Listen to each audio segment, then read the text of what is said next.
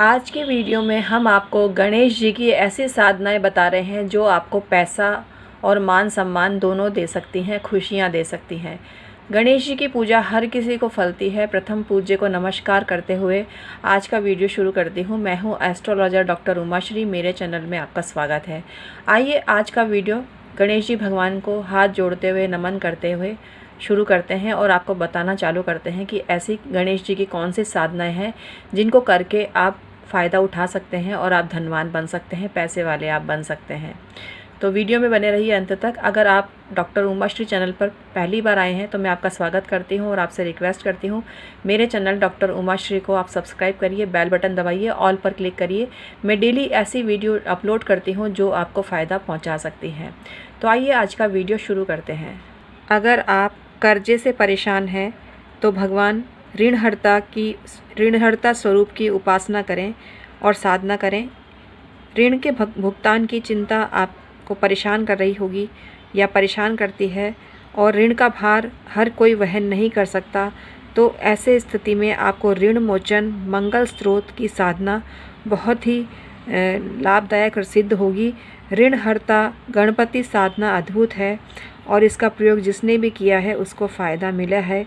तो ऋणहर्ता गणेश साधना आप YouTube पर सर्च करिए, इससे आपको बहुत फ़ायदा होगा। इस प्रयोग में बहुत धनार्जन होता है और इतना धन होता है कि आप ऋण से मुक्त हो जाते हैं। और आप इसकी साधना करने के लिए पूरब के या उत्तर की तरफ मुँह करके बैठें। गणेश जी का षोडशोपचार पूजन करें, स्फटिक की माला से उनका जप करें, उनके मंत्र जाप करें और गणेश जी को दूर्वा चढ़ाएं, चावल चढ़ाएं, मूंग चढ़ाएं, तो आपको फ़ायदा होगा। और हवन अगर आप करना चाहते हैं तो हवन के लिए भी दूर्वा और लाक्षा से हवन किया जाता है और विधिवत हवन करना चाहिए। विनियोग, न्यास, ध्यान, आवाहन और पूजन करें और पूजन के बाद में गणेश कवच का पाठ करें तो आपको फ़ायदा होता है। इसके अलावा ऋण मोचन महागणपति स्त्रोत भी आपके बहुत काम का होता है और ये स्त्रोत पढ़ने से आपको 2-3 महीने के अंदर ही इतना धन लाभ होता है कि आप ऋण मुक्त हो जाते हैं और पैसे वाले बन जाते हैं। तो ऋण मोचन महागणपति स्त्रोत आप YouTube पर सर्च करके अवश्य ही जपें। आपकी बहुत प्रतीक्षित मनोकामना है जो बार बार उपाय करने पे भी पूरी नहीं हो रही है, तो भगवान गणपति का 444 बार जल से नित्य तर्पण करने से आपका काम बन सकता है। आप गणेश जी भगवान को शुक्ल पक्ष की प्रतिपदा को नारियल चढ़ाएं और द्वितीया को सत्तू चढ़ाएं, तृतीया को लाई चढ़ाएं, चतुर्थी को तिल चढ़ाएं और डेली हवन करते हैं तो आपको फ़ायदा होता है। विभिन्न पदार्थों से आप हवन करते हैं तो आपको फ़ायदा मिलता है। दही से अगर आप हवन करते हैं तो आपकी समृद्धि होती है और गाय के घी से आप होम करते हैं तो आपको संपत्ति मिलती है। कमल से आप भगवान गणेश की पूजा करते हैं तो वशीकरण होता है उच्च कुल के लोगों का।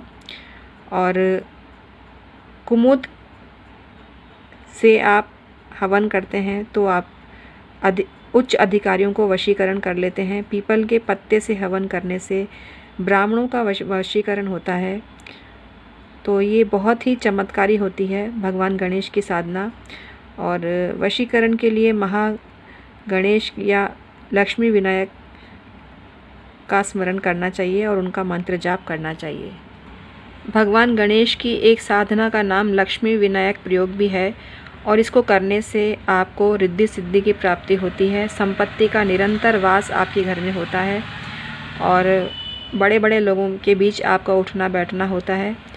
तो ये मंत्र आप जपें जो इस प्रकार है। ओम श्रीम गम सौम्याय गणपतये वरवरद सर्वजनम में वशमानय स्वाहा। मंत्र एक बार पुनः सुन लीजिए।